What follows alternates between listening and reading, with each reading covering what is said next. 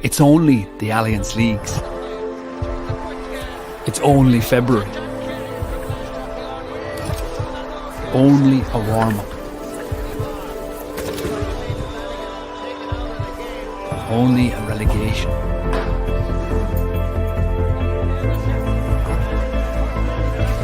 Only a bit of fun.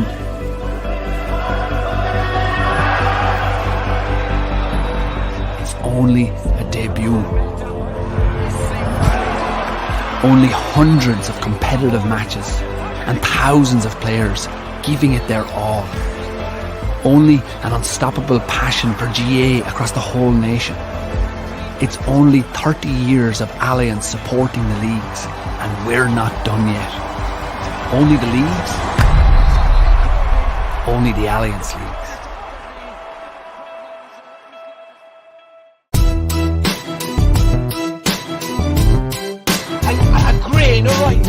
A grain of rice is going to tip the scale. Just remember that, lads. There's a small bit of a needle there. Come on, Mayo, you've got to get Andy Moran into the game. Listen between them, and now they're really roaring. And I can tell you, that there won't be a cow milk in County Clare for at least a week.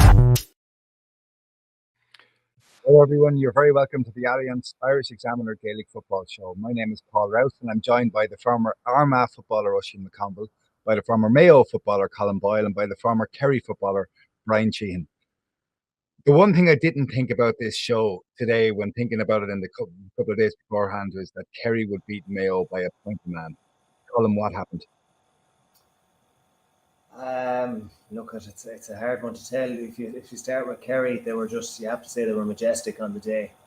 Just the way they moved the ball through the middle third, through the lines, their pace and power. Like, it's not often you see Mayo get overpowered in the middle third as much as they did yesterday. But the running from especially Gavin White there in the first half, Paddy, Clifford, when the game was a contest, when Mayo were in the game, especially them guys in the first half, just really let it out. Of course, David Clifford as well. I'm sure we'll get on and to talk about him later on. But Mayo were flat. There's no doubt about it. They were flat. There was no energy. There was a lot of space for the Kerry forwards.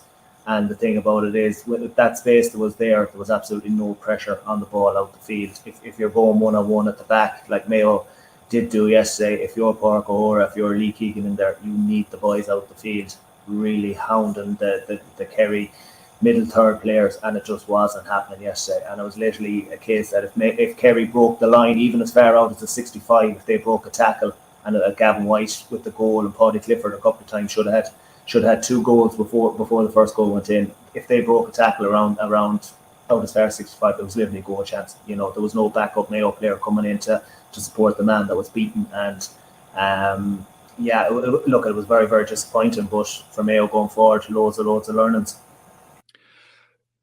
It's all very well saying loads of learnings, but the way Mayo set up in that game, if we'll come back to structure of defence or anything in a minute, but the matchups, I could not understand the matchups yesterday.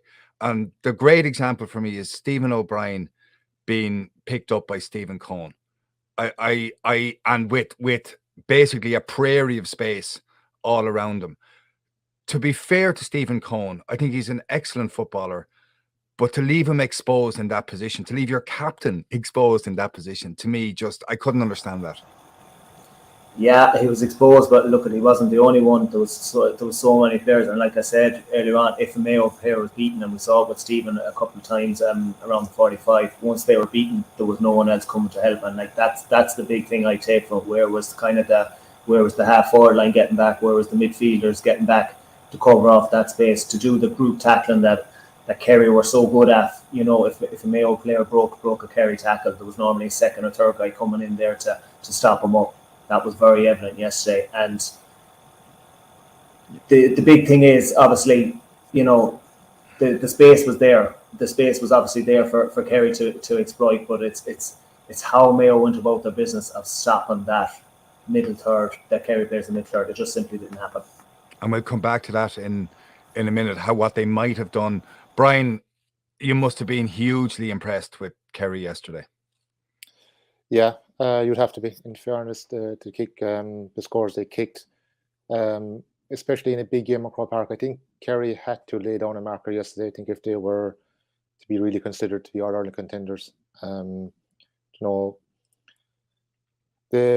suppose if you go back to their favourite last year, going to the All-Ireland semi-final with Tyrone, just didn't produce the goods. And I think this Learning side in Croke Park now, I think they needed to show that they kicked on, that they'd learned their lessons. And I'd like to think they have learned their lessons. But look, yesterday was fantastic. I mean, I think if we look at every position on the field from 1 to 15, I think the Kerry player nearly won his battle. And I think that was the big telling point of yesterday's game. They won every battle of every position in the field. They were on their front foot all day, and that makes a big difference. It makes it a lot easier to play when they're on their front foot. It means they're not chasing fellas, especially when you have the Mayo team, when they're running at you, they run from so deep, it burns energy. But in fairness, yesterday, Kerry, they were on their front foot all day. They were winning primary possession from the middle of the field, and just kicking on. But look, at the same time, it's only the league. I think we've got to be conscious of that. Last year, Kerry gave Tyrone a walloping, alongside in Killarney. And I think Tyrone learned so much more from that game than Kerry ever did. And I think it absolutely changed our own season. Likewise, I think Mayo will learn an awful lot from yesterday as well. And look, I think to be honest with it, Mayo were missing 3 of their best players, 3 players that would probably walk into any other county team in the country. And I think if you had them, it would have made a difference. No, I don't think they would have beaten Kerry on Kerry's form yesterday, but at the same time, it's still only the league. There's a lot of football to be played. And I think Mayo will actually learn a lot more from yesterday. So positives on one side, but again, there's a bit of reality check at the same time, and on the opposite side as well. I think that Mayo just did not perform yesterday, regardless of who they were missing. Didn't show up, didn't perform. I think that's one thing that'll probably be James Horn will be scratching his head about, is you're getting to Croke Park, you're getting to a league final. That's where you have to perform, and they didn't perform. And I think that's where he's going to be looking at and wondering why didn't they perform. But look, I said with Kerry, have to be all positives all around. To put on a mark like that, it sets them up nicely for the championship, but at the same time, just caution.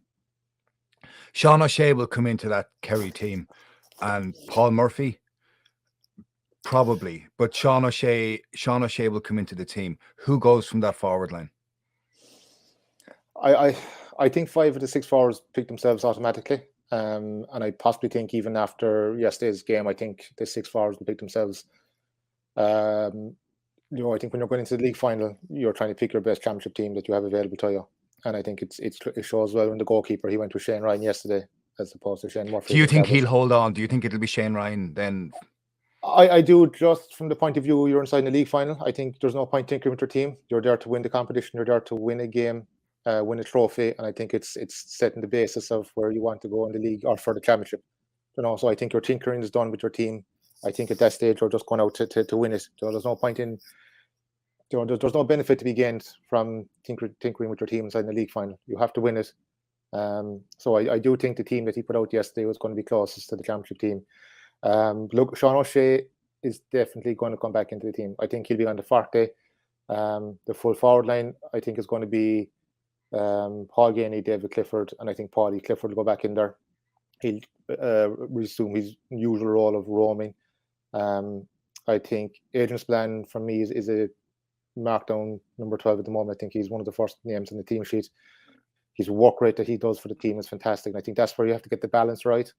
Is you need fellas that are going to be able to work in the way Kerry are defending at the moment. They're defending with a lot of numbers around the D, and he's pivotal to that. He puts in a massive amount of work. He's a big man. He's 6'2". So I think that matters as well when you're coming into this. He's not a small fella. Doesn't get knocked around the place. Can compete for kickouts. He's going to be in the wing. Sean O'Shea will be on the 40, and I genuinely think the number 10 position will come down to probably Darren Moynihan and Stephen O'Brien. And I think Darren Moynihan, again, for his work rate, the way he wants Jack wants his half forward line playing, I think Darren Moynihan will probably get to number 10. With then Stephen O'Brien and Tony Brosnan to come off the bench. Yes. Into the yeah, I think you have great impact there as well in that. You know what I mean? I think Stephen O'Brien, he comes in fresh legs, direct running. He's got an unbelievable turn of pace. He got a fantastic sidestep. If you're bringing him on with fellas, legs going for 15 minutes to go, he's a nightmare to mark, and he lines you up in a bit of space up the forwards. Obviously, Tony didn't know a fantastic finisher as well. Came on yesterday, thought he played a lot of ball when he came on. Great head for the game. So they're two massive players to bring in off the bench. But yeah, I would think that would be the starting 6 for me. And will Paul Murphy get back in the team? It's.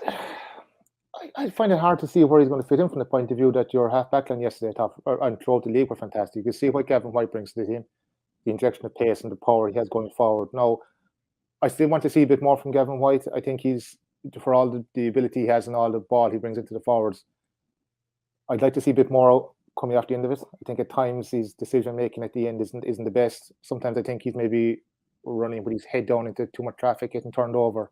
I think if we look back at last year's All-Ireland final against Tyrone, he seemed to run into a lot of alleyways and got turned over. And once or twice yesterday again, he just seemed to get turned over.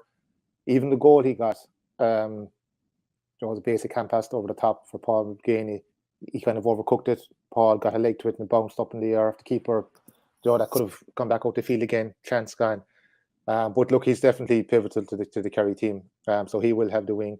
And for me, Bryan Begley has been fantastic in the league campaign. He's basically come in since Gavin got injured above against Kildare. And I thought he's been very good. He's very good defensively and attacking well. So I think Paul Murphy is going to have a job in his hands to try and dispossess him, to be honest. Yeah. Oisín, Brian's right in the sense that Kerry have sorted themselves out, and you've also been proven right. You called it for Kerry to win the league, and I have to give you a compliment. I went back through the notes. You're on almost 90% prediction rate for the league this year. I mean, this is you've turned the corner. Kerry have turned the corner. Is this, or are you a league man as well? Is this how you see it? TG Cahill, man, I think is the best way to describe it. Look, Kerry were always going to hit the ground running. I think, when Jack O'Connor come back in, I suppose, he maybe had a point to prove. I suppose that was the first thing, and that's why I felt Kerry there would be a big intent on Kerry winning the league. I think they've learned a good few lessons. I think just the difference between two teams yesterday was stark in the way that they were set up and the intent and the way they went about things.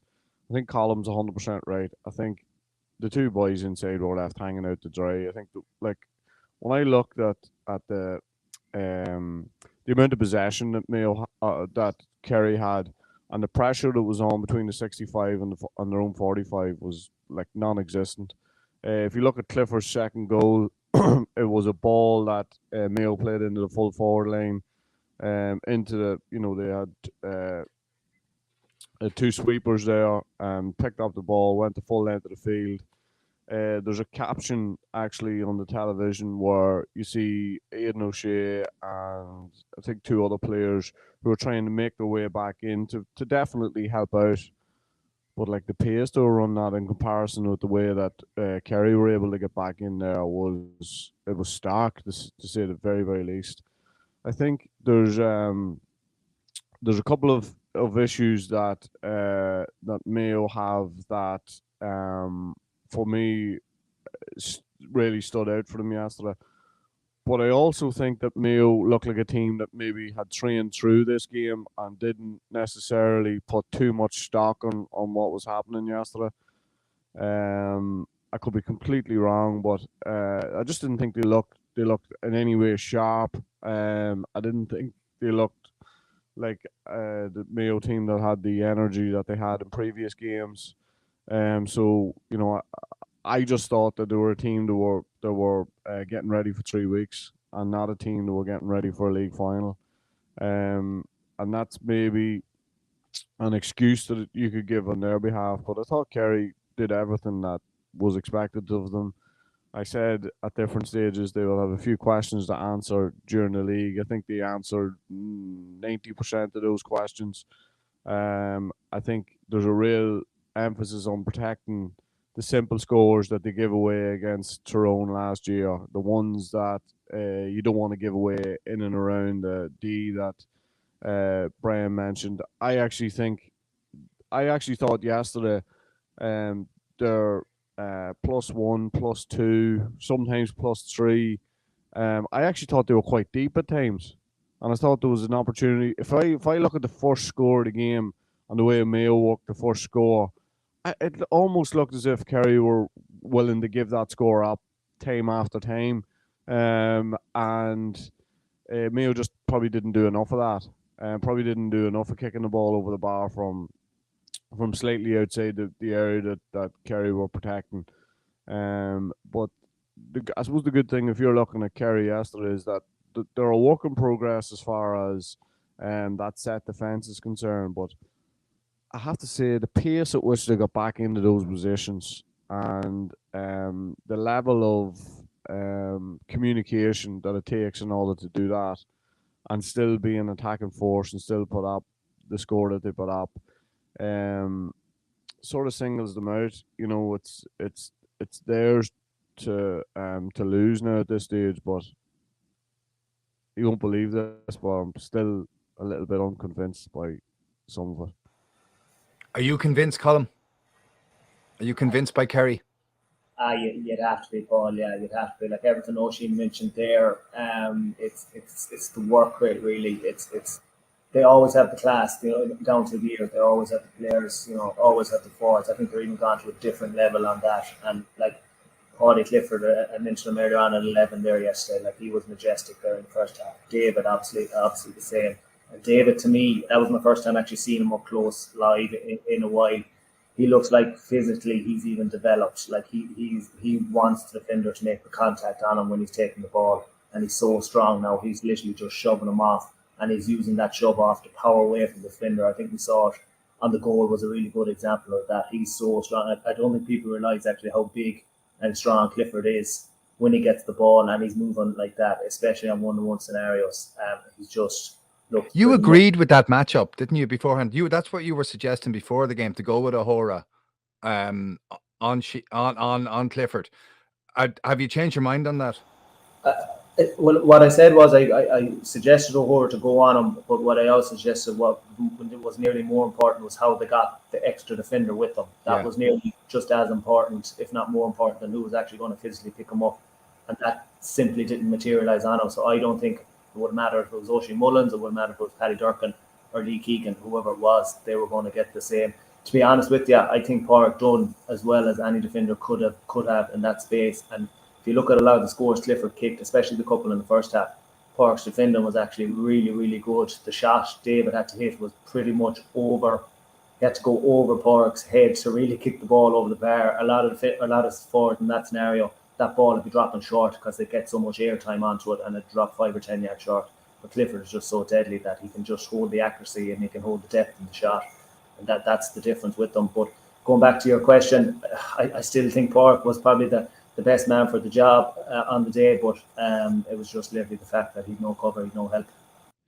How would you measure the impact of this loss on Mayo? For in the immediate future, it's Galway in 3 weeks' time, and then in the longer future is this desire to win an All-Ireland championship. What is the impact of a point-to-man defeat? The initial impact is from looking at Kerry and looking at Allianz. Mayo have to really put that in the back burner now. That's not even a concern for them right now. They just have to get themselves right for 3 weeks' time, and whatever their game plan is going to be and whatever their structure is going to be against Galway, they need to really nail that down in the next 3 weeks, because it looked, Oisín mentioned it there, they looked like they were leggy yesterday. They looked like there was no energy, but that's fine if they've trained hard through the league, there's no problem, and the aim was Galway in 3 weeks' time.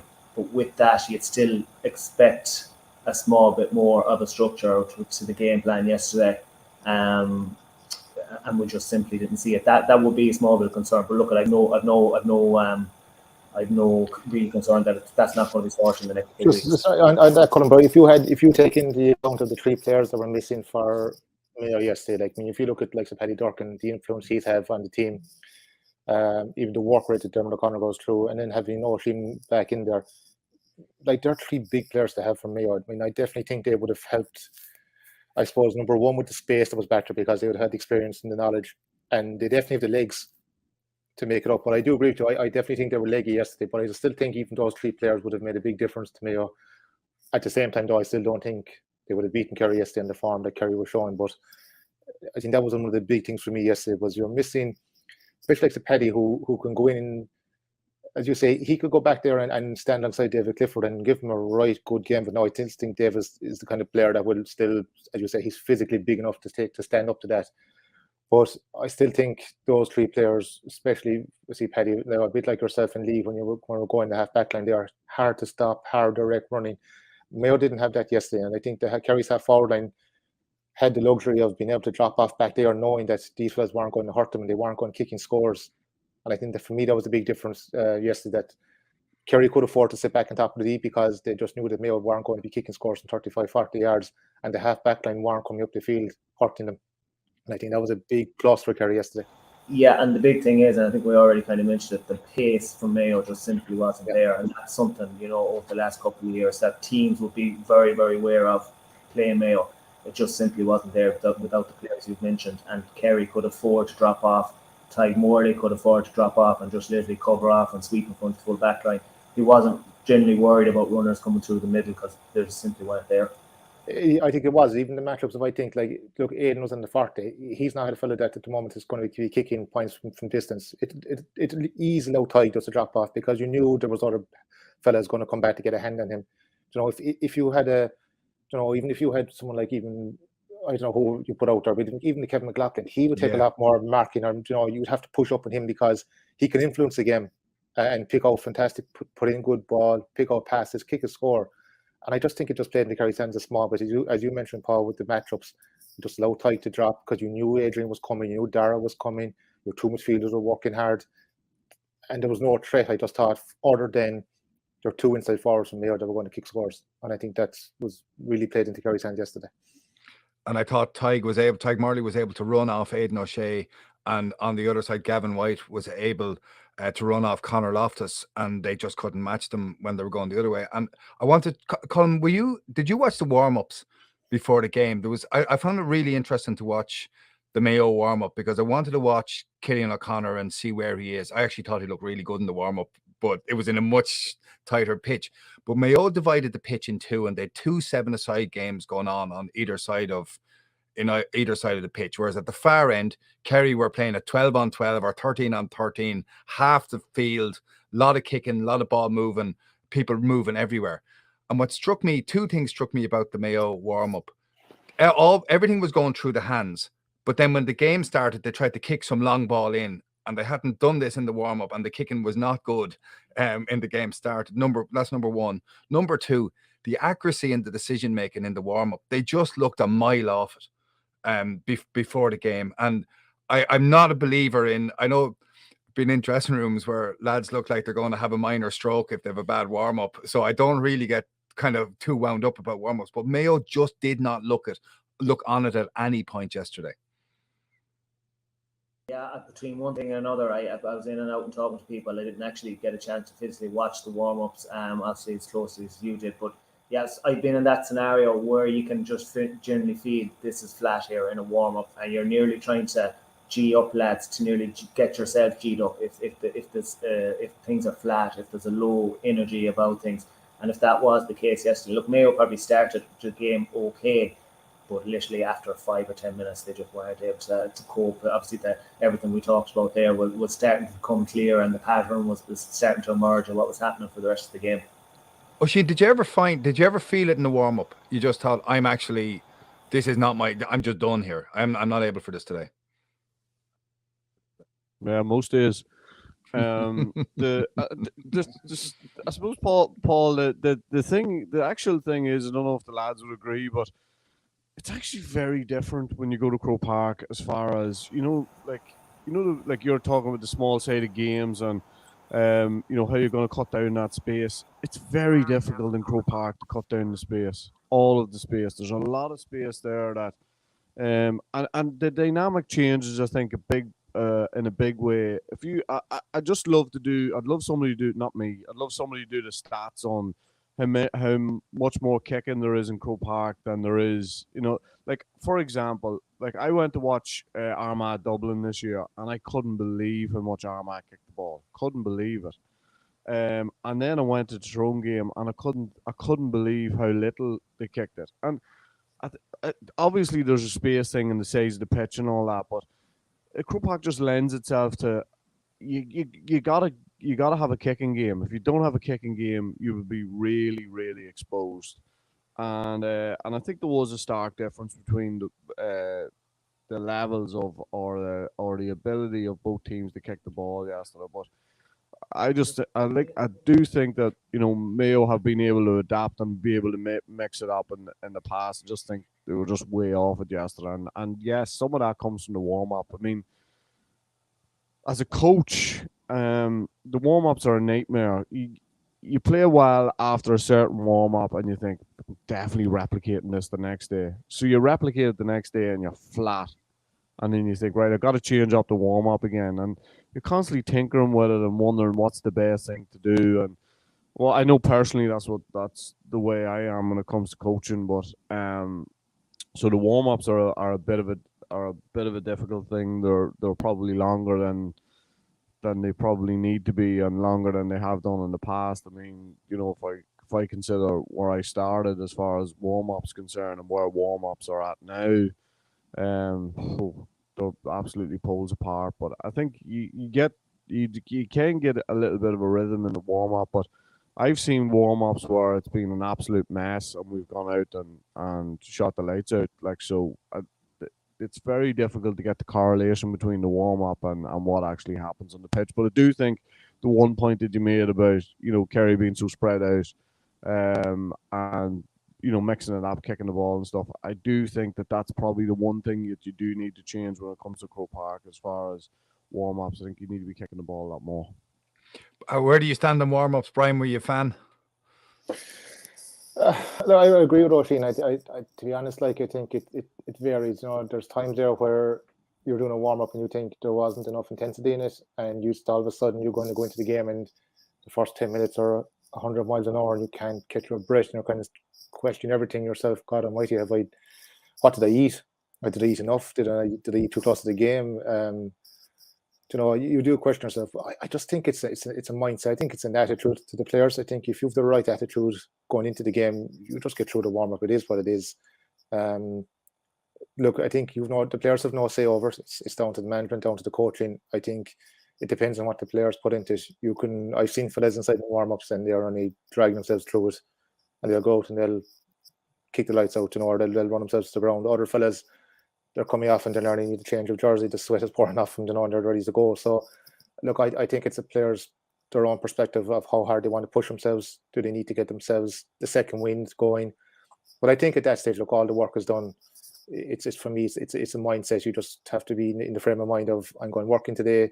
The legs are there, or it's not. But look, there are days, I say, where sometimes you are leggy and you do question everything from food to sleep to am I feeling well? Am I questioning ourselves? And 5 minutes into the game, and you're absolutely flagging. So look, it's a hit and miss with the warm-ups. But I think a lot of it comes down to the players themselves. It's their own attitude and their own preparation. Did you ever get that fear in either in a warm-up or in the early stages of a game of actually just wanting not to be there, just being kind of, you say you questioned yourself, but did you actually just get to the point where you're going, like what am I doing here? I just know you never question what you're doing here. I mean, that's what you're training to get there in Croke Park. I mean, I'd give anything to go back to Croke Park myself now again, and if it meant going through and all that torture, it is. Look, I mean, you'll go through it, and there's never a case you don't want to be there. It's just tough in the moment, but I think that's where you just have to toughen yourself out and get through it. It's only a warm up, push yourself to the limits and get through it. And when it comes to the game, then everything else just goes out the window, and you're just stuck in the moment and you get on with it. So no, there's never a case you'll never question yourself. For me, it was always the case. Maybe I want to get this over and done with and get the game started and get thrown in, because I suppose in the warm up there's distractions. You can look around the place, but for me, it was always the case. Get through it. Try and get the second wind in if you can. Get my kicking right, get my ball handling right, kick a few frees as well. Was the big thing for me, was to get that accuracy, get the radar in, and get my distance right. And after that, then I just wanted to get the game started and get stuck into it. I want to talk. Sorry, Colm. Yeah, I actually, Paul, just on that, I used to enjoy if there was a parade straight after the warm-up, especially in the bigger games, because literally it just gave you a couple of minutes after a tough warm-up just to get the legs back and get your breather, literally. So I'd be delighted if I knew there was a parade coming after the warm-up, because there's nothing worse going straight from a tough warm-up and literally straight into position and you're ready to go. But at least with the parade, you have a minute or two to get your breather. What are you thinking when you're walking around the parade? Yeah, it's a mad one. Actually, I was sitting beside someone yesterday at the match, and I was talking how flat the place was yesterday when the teams were going around in the parade. There was literally little to no atmosphere, and I was saying, look, comparing it to an Ireland final when you're walking around, and literally as you walk from stand to stand, one stand nearly rises at a time, and then you come down to Hill 16, and the place is just absolutely buzzing. You're just taking it all in, really. You're just taking it all in, and I think Bryan mentioned it there. You're just saying this is where you want to be. There's nowhere in the world here you want to be. At the same time, you're kind of thinking, right, you're 3 or 4 things that you're aiming to the game. You're just really processing it in through your head and getting yourself ready for the first 5 or 10 minutes, and everything kicks on then after that. Did you ever wave to the crowd? No, I wasn't a crowd waver. I wouldn't generally, I'd say, be looking directly into the crowd itself, but just feeling the energy, just feeling that energy from the crowd. It was, they were parades aren't for everyone. I know I talked to players who hated the parade, but I generally enjoyed it. But the main reason I would say is just to get that breather from after the warm up. Oisín. Sheehan was a serious man for waving to the crowd during the parade. Yeah. Blowing kisses. Blowing kisses to the crowd before the game. Yeah, Bryan, you talked there about taking frees in a warm up, and I was down in Carsveen. It's 5 years ago now, on a Saturday evening before Kerry played Dublin. Came up to the game on the Sunday morning, and on that Saturday evening, I was in the pitch in Carsveen. Well, I was standing hanging on the railing, and you were practicing frees. You were doing your kicking, and I just stayed watching it for ages. It was absolutely voyeuristic. I take it. I was just watching it, and well, my kids were trying to get me to go to the beach. That's they didn't want to be there. They didn't find it quite as enjoyable as I did. But it struck me watching you that this is hour after hour after hour, and I was wondering, how would you tot up the number of balls that you kicked in that field, and this sheer scale of work that's involved in this, and in the context of the game on Sunday. Ryan O'Donoghue, who I just think he's fantastic. He's a great player, and if he's held it all, I think Mayo forwards are in huge trouble. And unless he's a monster game every day, he's trouble. But he missed 3 frees out of the hand. Paul Gainey missed a free out of the hand in the first half, and then just before halftime, Shane Ryan came up and kicked one from under the Cusack, bent it off the ground over the bar. And I struggle to understand forwards kicking frees out of the hand still. And do you have a view on that? For me, it was always off the ground. I always and never kicked the ball off the ground, and where it came from, I don't know. I would just make, and I would assume the fact growing up with Maurice Fitzgerald inside in the club is and we're told to watch Maurice Fitz. I think obviously you're just honed into watching him, and I've been at it since I've been 12 years of age. But just at home, my father could tell you the countless hours I would spend out in the back lawn just trying to kick the ball from starting at 13, 12 yards out and just going back lawn over the years. And it was something that I enjoyed doing. It wasn't a chore for me. I didn't think that this was something that I was forced into me to go kicking frees. It was just something I really, really enjoyed doing. And like that, I couldn't count the amount of frees I've kicked below in Conkeating Park in Carsveen. It's just one of my routines. A week of a game, I could go down there 3 days a week kicking. And it was just what I did. It's something I enjoy. Maybe it was something that allowed me to get myself focused. But it was a big part of my game that I felt was very important to me. And something I took fierce pride in, that you're left with this responsibility and you have to just be able to perform. And it was one of my biggest things that I had to be able to perform on the day was kicking my frees, because it was one of the main reasons why I got to wear the Kerry jersey. But for me, kicking the frees off the ground, the way I always looked at it was that when you're kicking the frees off the ground, the margin for error is very, very small, because there's only one contact with the ball, one off. It's just put your foot through it, and that's it. If you're kicking the ball from the hand, there's 4 different variables that can go wrong. For me, you're dropping the ball from hand to foot. If you're playing on a windy day and you're dropping that ball and it comes off the tip of your fingers or comes out the side of your hand incorrectly, the ball's traveling through the air to your foot. You can hit it on the laces, you can hit it on your instep, you can hit it on towards your toe. There's a lot of variables that could go wrong in it. And then you're taking into account just the weather, the wind, kicking from the hand, it's going to go into the air a lot more. The wind affects it way more up in the air, and distance, you're not going to get the same distance as you are kicking a ball with the low projection. So for me, I just think it's off the ground was just one thing I always ever did. I just found I got way more control over the ball, was able to keep the ball down, in windy conditions. And I suppose, look, the fact that I was at it since I was 12 years of age, I spent 2 years in goal as a Kerry minor, allowed me to, again, maybe develop a bit of distance into my kick and having a control over my kick with distance as well. That definitely helped me with distance.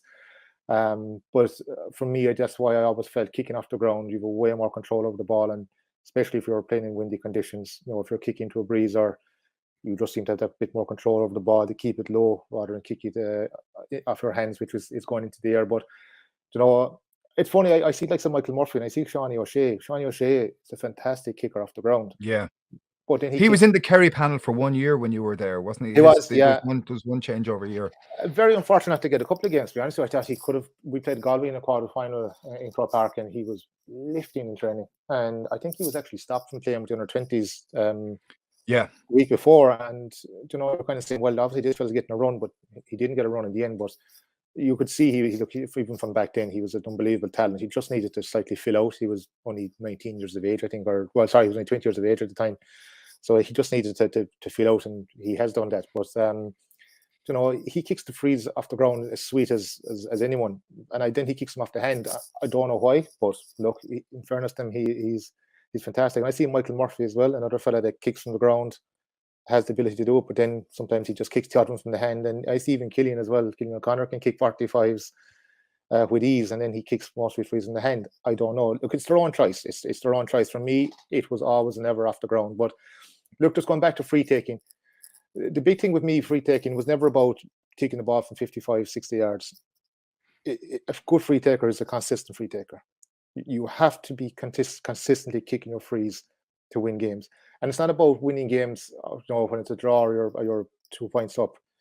It's when you're 4, 5, 6 points down, to keep you in the game, to keep ticking the scoreboard over, to keep you in arm's reach of not being out of the game. They're the pressure frees, and that's where a good free taker for me comes in.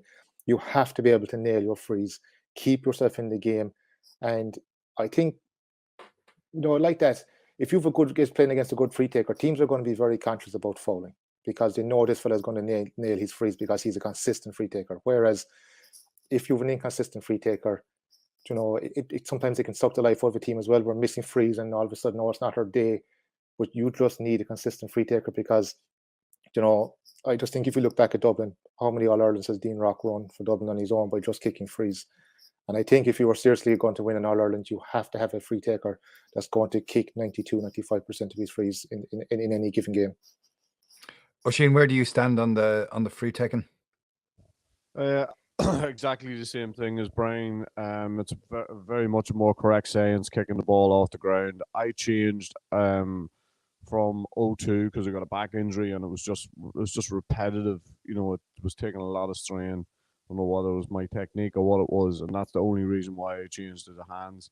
And when I changed to the hands, I probably did 10 times more practice in the hands than I did off the ground. The reason for that was that just the things that Bryan was talking about, just trying to get a routine that that worked, and a consistency with them, and that was difficult. I found that difficult to begin with, but probably got there in the end. But certainly off the ground, I'd say, stats wise, the boys are kicking them off the ground are probably 10, 15, maybe even 20% more success rate than the guys who are taking them out of the hands by 1 or 2. I read, Oisín, I read about Maurice Fitzgerald that he used to go with a bag of balls to the field at lunchtime most days, or if not every day, and it's an obsessional thing. Were you the same?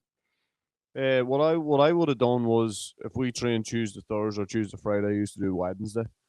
I suppose the only thing that changed for me in that time was that we started to see the value in free kicks, and we would have there would have been a certain time during training, especially with cross initially, that would have been set aside, and you just go to the top end of the pitch where the boys are doing something else, something that free takers don't get. Me and Bryan don't get involved in, like tackling maybe or something like that.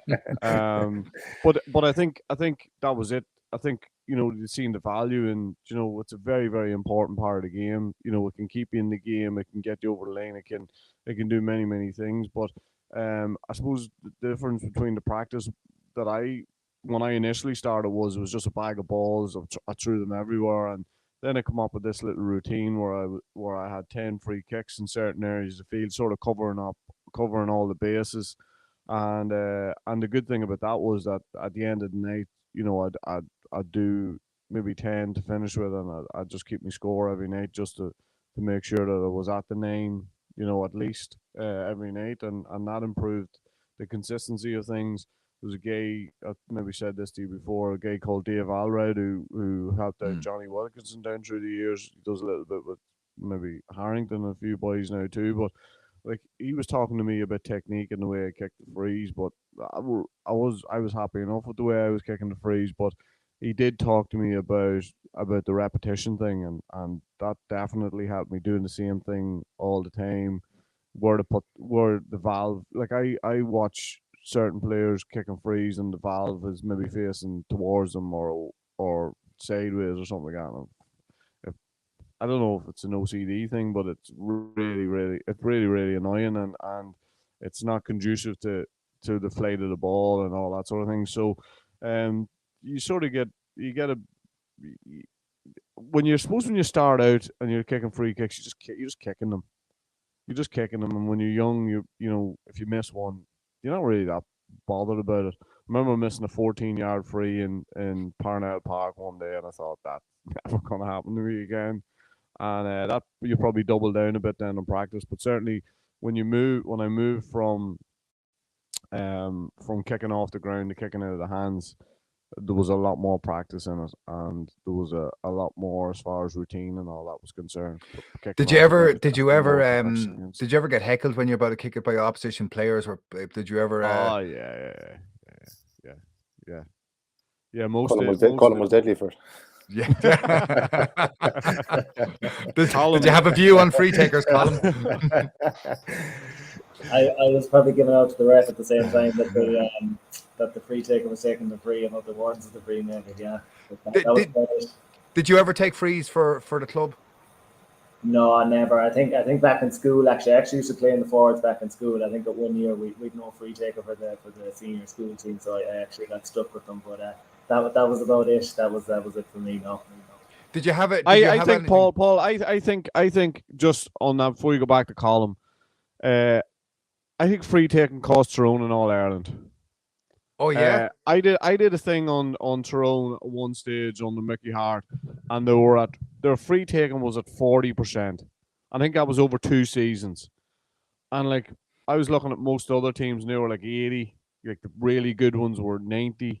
You know what I mean? The day that Killian O'Connor and Dean Rock faced off in Croke Park, 19 frees, and they kicked 18 of them. Do you know what I mean? From absolutely everywhere. So I think that it cost them in All Ireland. And I think they had a ready-made solution, and they weren't willing to sacrifice. What was the solution? Well, McCurry. Yeah. He would have kicked the majority of them, I think.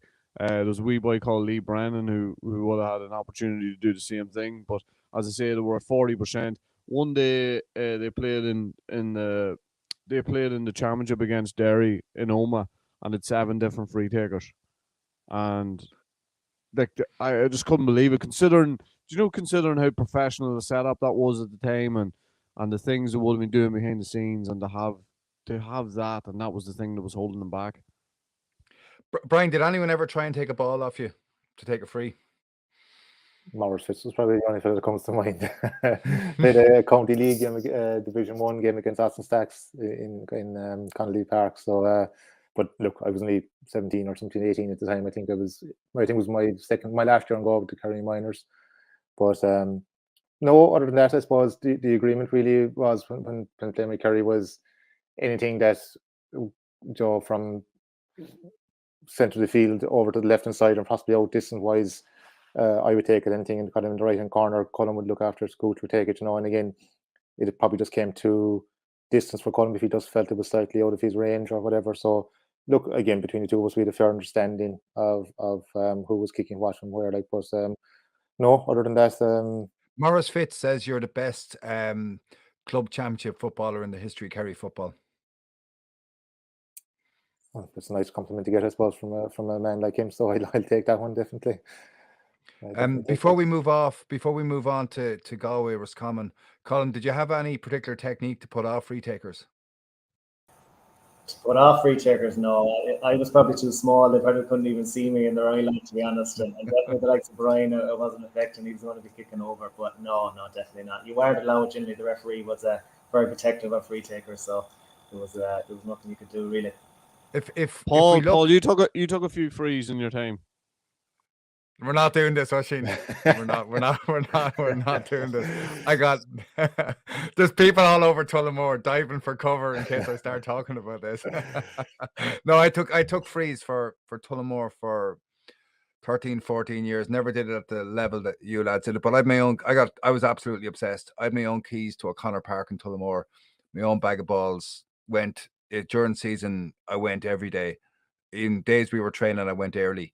And as I was saying that, I was explaining that one evening in a bar in Tullamore, and my friend Joe Hughes, his answer was, "It's a wonder you didn't get any better at them after after all that effort." But yeah, no, I was obsessed, absolutely obsessed by it, and I can't understand. I can't understand people kicking them out of their hands regularly. Number one, and number two, I can't understand failure to practice. I can't understand how anyone thinks they won't get good at it if they don't practice it. Anyway, on to Galway, Roscommon. Colm, you must be nervous as a Mayo man having watched Galway, Roscommon. I look at Mayo are wary of Galway. For Mayo to win Connacht this year, realistically, they're going to have to beat both Galway and Roscommon. So it is going to be a tough challenge ahead. But just specifically for Galway, I actually fancied. I thought it was going to be a high-scoring game, and I thought if it did go that way, that I thought Roscommon might just edge it with Galway missing Shane Walsh. Roscommon are very good up front. They're very good forwards. I thought Kieran Murta, especially, Conor Cox, Keane McKeown, I thought every time he got the ball, something looked like it was going to happen off him. And I thought if they could get enough ball to them boys, especially in the open spaces that we talked about in Croke Park, that they might just edge it. Okay, it took a goal in the last minute to do so, but for Galway, funny one to kind of analyse with them. They went from having a decent first half. Paul Conroy in first half, you'd have to say, was sensational. I think 5 out of the 9. I think Sean Kelly was with them in midfield. He got a point. So between the two of them, they kicked 6 out of the 9 Galway scores in the first half. They were decent. I think what I'd say about them is they looked like they lacked a small bit of pace around the middle third. I know I talked about Mayo with this already, but when you go through the players, Tierney, Daly, their half-back line in general, it didn't look like they'd real searing pace coming through the middle at any stage. Then they bring on Shane Walsh, of course, and things change in that regard. He gives them a different aspect. But looking forward for Galway, it's still Conroy, it's still Walsh, it's still Comer. They're still the 3 boys going forward into championship. That's certainly for Mayo in the first round. They'd be looking if they can take them 3 out of it. Comer definitely looked back to his best yesterday. That's what I'd say. I think he kicked 4 from play. The key to Comer is you have to stop him getting the ball. If he gets the ball, he's so powerful. He literally, we talked about Clifford earlier on, he's so direct. Once he wins that ball, he turns, he takes on his man. He's so powerful over the first 10 yards, and he usually gets his shot away then. He's still the key. Walsh is still the key. But Conroy, to me, is nearly playing the football of his life at the minute. I watched him against Derry, and he was marking Conor Glass, and he kicked 3 from play before he was sent off.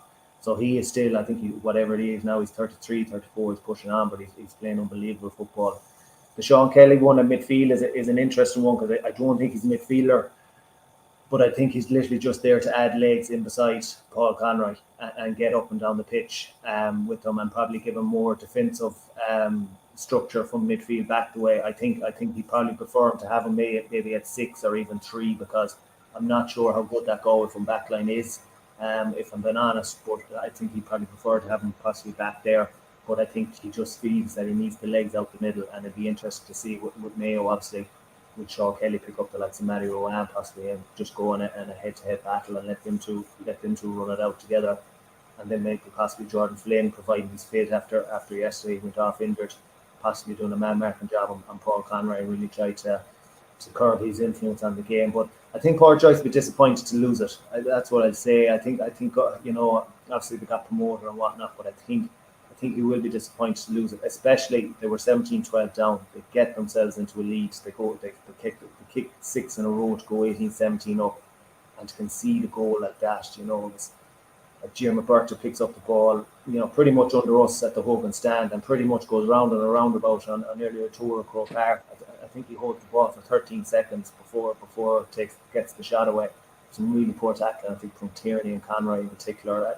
I almost think it was a case that they were afraid to foul him because it was such a tight game. They didn't want to make any physical contact on him in case the ref gave him free in, but it was really, really poor. But I think Galway would be disappointed, but then when Port Joyce sat down probably and watched Kerry Mayo, he probably would have been a lot happier maybe coming home after what he saw there. So it's a funny one.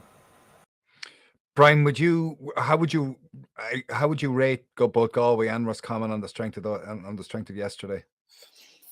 I was impressed with Galway, or with Roscommon's forwards. Do you know what I mean? I think they're really after adding really scoring potential. If you go back over the last couple of years, I suppose Conor Cox came up from Kerry up there, and he seemed to be the shining light in the forward line, kicking scores. But they've really added way much. Was he on a Kerry panel when you were there? He was, yeah. He was in and out. He came in after the under-21 campaign with Kerry, and he came in, and I think he played a couple of league games with us. But look, in fairness, I think at the time the Kerry panel was so strong on the forward line. It was a difficult place to get in there and to break yourself into that team. But you could see he was a very good kicker. Even at club level, he was playing with Listowel and playing with Field Rangers in the county championship. And his kicking, he was just a fantastic kicker. I just think maybe the pace of the game was just was a bit high for him at the time with Kerry. But again, it's great for him to be able to go up to Roscommon and to settle in there and have the influence he's had on Roscommon. But I suppose when he went up there, he seemed to be the kind of main player at the time in the forward line for Roscommon. But if you look at Roscommon yesterday, I mean, they had 7 different scores. That their forward line, direct. I found the direct running by the likes of Enda Smith, Donny Smith, yeah, powerful, big running. I think Galway really struggled with that yesterday when those fellas took at them. I just thought the Galway backs just couldn't stop them, and that's one thing I would fear for Galway is when they run at. I think their backs are small. I don't think they have the physical presence to actually put their bodies and stop fellas. And as Colm spoke about Dermot Murtaugh's goal, he just seemed to get through too easy for me. And again, that's I think where Galway will struggle. And I think that's one thing that looking at yesterday's game, if you look at the strength that Mayo have, if they get their players back as their running game, and I think that will really struggle. That Galway will struggle with that. But again, I just think the big thing for me yesterday was with Roscommon was just their scoring spread. They spread their scoring was across the board. That they're direct runners. And look, if you take Paul Conroy out of that Galway team yesterday, I think they could have been well beaten. For a midfielder to kick 6 points in play, take my head off them. And the scores he kicked, I mean, they weren't just... they weren't tap overs. They were kicks from 40, 45 yards on the angle, under pressure, left leg, right leg. I just thought it was an absolutely fantastic performance from him, Do you think either Galway or Roscommon can win the All-Ireland? No, to be honest, I don't think they can, no. Do you think Mayo can win the All-Ireland? Look, you can never write Mayo off. I mean, you look at them; they're just the toughest sort of fellas you'll ever come across. They just keep coming, and I don't think you'll write off Mayo. But the one reason why I don't think Mayo will win the All-Ireland is because of the firepower up front. I just think they're always lacking that killer forward that's going to kick 4 or 5 points every game for you. Yes, you have Killian O'Connor, but every team is going to mark one corner forward. Every team will mark one forward or a second forward. So you might keep Ryan O'Donoghue very quiet. Killian might kick 3 or 4 points, but that's not going to be enough to win you an All-Ireland. And that's the biggest fear. There's no scoring spread from the Mayo forwards.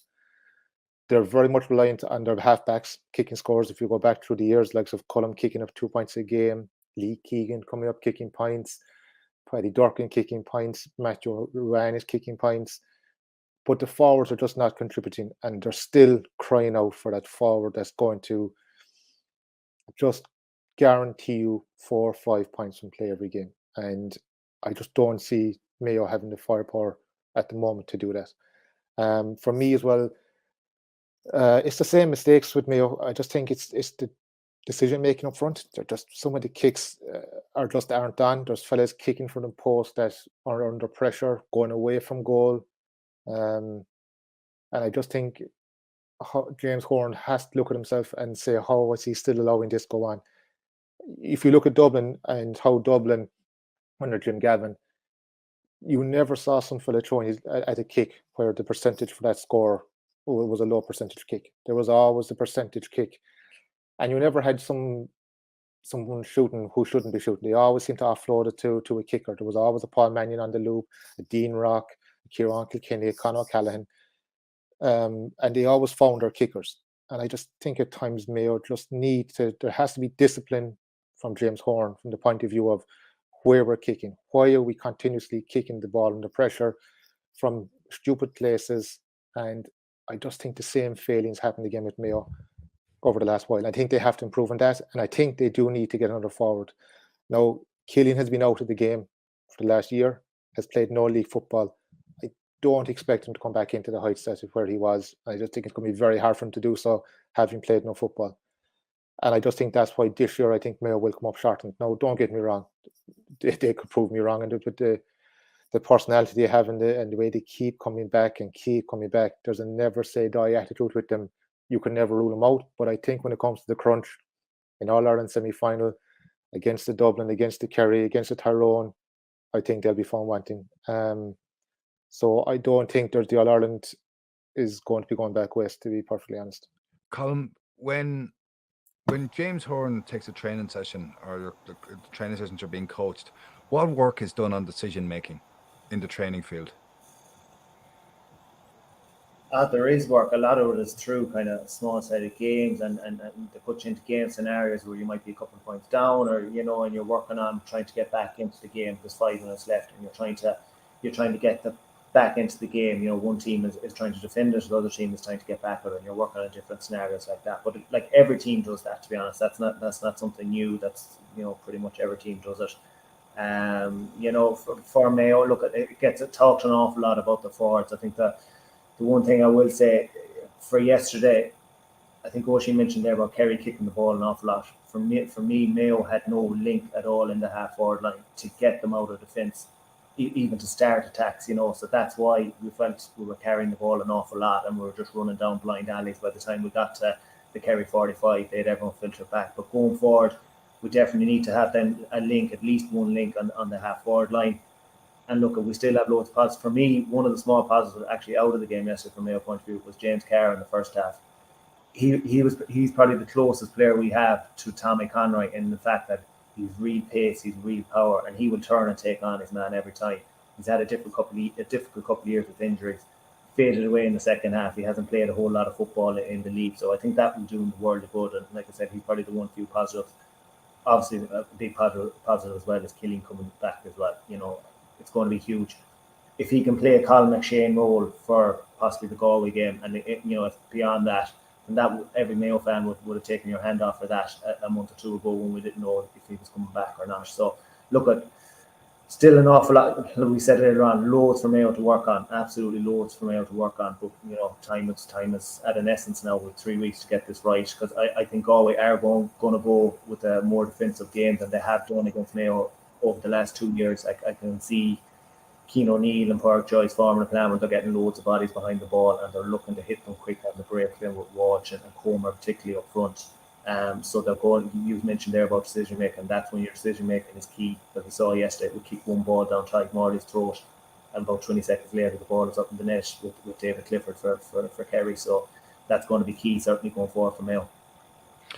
Oisín, Loud football, you have a really acute look at it from your work in Dundalk, and you've pointed before about the potential in Louth. They beat Limerick to win Division 3, and then Cavan win Division 4. Again, neighbouring county, a fair lot about up there as well. What's happening in those counties, and what sort of inroads can they make in the championship? Well, I suppose Louth would feel that, personally speaking, I think that Louth are top of Division 3 team, bottom of Division 2. So I think that definitely they have harnessed everything that is good in Louth football at the minute. I think it has to be something that is more tangible for players, the opportunity to get in there and play. And I think now that they feel as if there's a little bit of success there, I think you will get a lot more lads who are committing. So I think, and I've said this on, on numerous occasions, when it's a team like Louth down there, the first thing you need to get is you need to get the best bodies into the change room. And when you get the best bodies into the change room, they have to know that the setup they're going into is a professional setup, and that's the way it is now. It's a good setup. Louth footballers are hugely talented, and I've seen that with lads going through the college over the last 10 or 11 years, but they have seemed to drift off in the past. The retention rate of lads coming out of minors is horrendous. So they need to improve that, but there's a couple of things going on at the minute. There's obviously the Mickey Hart factor. There's a good county board. There's a couple of ex-players who are in there who are trying to improve things as far as underage structures. And there's a new stadium in the offing. And once they get a home, that home will be in Dundalk. People always see Dundalk as maybe a soccer town, but it's not. It's very much GAA. I don't think having the base in Drogheda suited them at all. So I think all of those things put together will help them. And as I say, they have loads and loads of talented players, but there's a ceiling for them as well. Like, you know what I mean? So like an unbelievable achievement now would be to go to Division 2 and stay there. They went to Division 2 from Division 4 in 16 and 17, and by the time 19 came, they were back in Division 4. So that can't happen again. The work that has been done needs to be maintained now. So if they can do that, they're in a good place. And as I say, talented players have come through that college and other colleges, and they realize, I think, now that they are a match. They have this. Well, I think when I first went there, the first thing I noticed was the inferiority complex, and they felt they were inferior to the lads who were coming up against, and all of a sudden they started playing a lot along with them and against them, and they seen the stuff that these guys were doing off the pitch, and I think that definitely helped them. And I think the work ethic seems to be there. They have a couple of good leaders. They have a couple of good leaders in that squad and around the squad. And the other thing about them is that is an exceptionally young panel. There's a lot of lads playing there who are, 19, 20, 21, 22, so they're exceptionally young. So there are a base of players who can be worked with, and there's a nice pool of talent coming along as well. So it has to be something this time that is not just we go from Division 4 to Division 2 and then all of a sudden we head back down. And they come back in through it. We've spoken a bit during the league on the manner in which Cavan and Tipperary have rejuvenated in Division 4, and that's a work in progress that will come next year, and we'll be talking about both of those teams in the championship. And we've spoken about how Limerick have come from 4 to 3 and now into 2, and the prospects for Limerick to do stuff in the future. And we'll be looking at all of those in a championship preview show in a fortnight's time. In the meantime, though, before we finish, Colm, I want to ask you in a word or a sentence, who's going to win the All-Ireland now that the league is over? Look, after yesterday, you have to say Kerry. It's very hard to look beyond them. What I will say yesterday, they set the standards yesterday. If you want to win the All-Ireland, Kerry are going to be better than what they were yesterday again. So they set the standard if you want to get there. We have a lot of work to do over the next few weeks, and that's for every team out there. So look at the minute, they're the front runners, and they're the ones ever going to be looking at. But look at coming quarter-final, semi-final, the few the likes of a Tyrone, a Monaghan, a Donegal, a Mayo, Dublin, whoever it is, they will obviously, that's going to be the acid test for this Kerry team. But at the minute, they're definitely front runners. Oisín. I can't say Kerry now, can't I not? Why? Now, listen, you're a big fella. You're well able to express an opinion. Yeah. Tyrone. Is that a heart? Is that from the heart after the time you spent wearing the Tyrone hat down in Croke Park? When it comes to Tyrone, there's nothing in my heart for Tyrone. Bryan may feel the same. I'm not sure.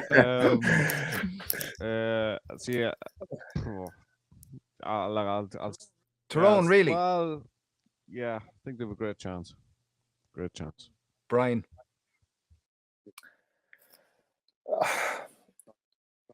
I suppose after yesterday, you're Kerry are the front runners, but I still have question marks, and not about Kerry, but about other teams. Kerry had their full team out throughout the whole league this year.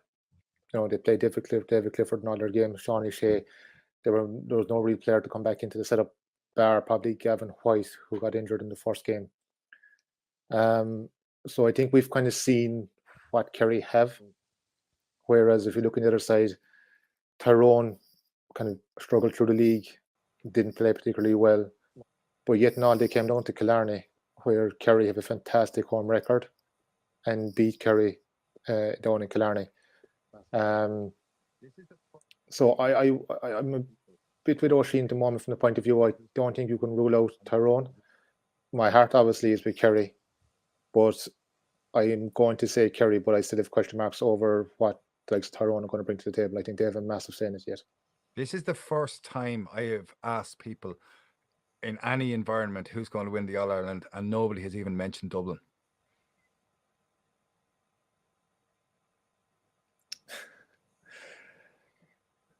Oisín, you look like you've been stunned. Are you all right? No, you just said it in a word, so I didn't want to. I could have given you a lot of scenarios where Dublin might seem like a good idea, but it's going to be Dublin Kerry. Most likely, it's Dublin Kerry in an All-Ireland semi-final. Most likely, and that's some game in prospect. That'd be an unbelievable game, and I wouldn't be ruling Dublin out. I wouldn't be ruling Mayo out either. Even looking at yesterday, I wouldn't if I was a Mayo supporter, I wouldn't be all that perturbed by it. So I think Tyrone, Kerry, Mayo, Dublin. Outside of that, I think there's teams out there who can take a scalp, who could maybe take one of those teams out. But as far as having a sustained run to win in All Ireland, I wouldn't be so sure. So one of those four. We'll leave it there. Who do you think's going to win the All Ireland, Paul? I think Dublin are going to win the All Ireland. Yeah, I'm catastrophically wrong repeatedly, so we'll ignore that. To finish on, we all know that football matters, except sometimes it doesn't really matter at all. On behalf of everyone here and on behalf of UCD GAA Club, I'd like to pass on condolences to the family, friends and teammates of Red Oak Murphy. I got to see him play earlier this year in colleges football when he was playing for DCU, and he was an outstanding footballer.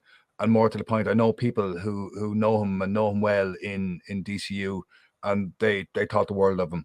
So complete condolences to his family, friends, and his teammates.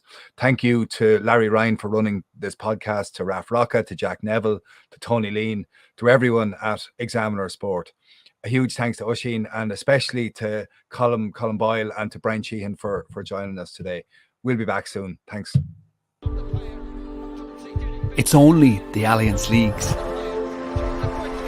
It's only February. Only a warm-up. Only a relegation.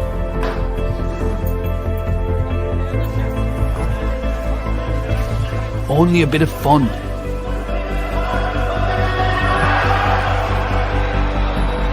It's only a debut. Only hundreds of competitive matches and thousands of players giving it their all. Only an unstoppable passion for GA across the whole nation. It's only 30 years of Allianz supporting the leagues, and we're not done yet. Only the leagues, only the Allianz Leagues.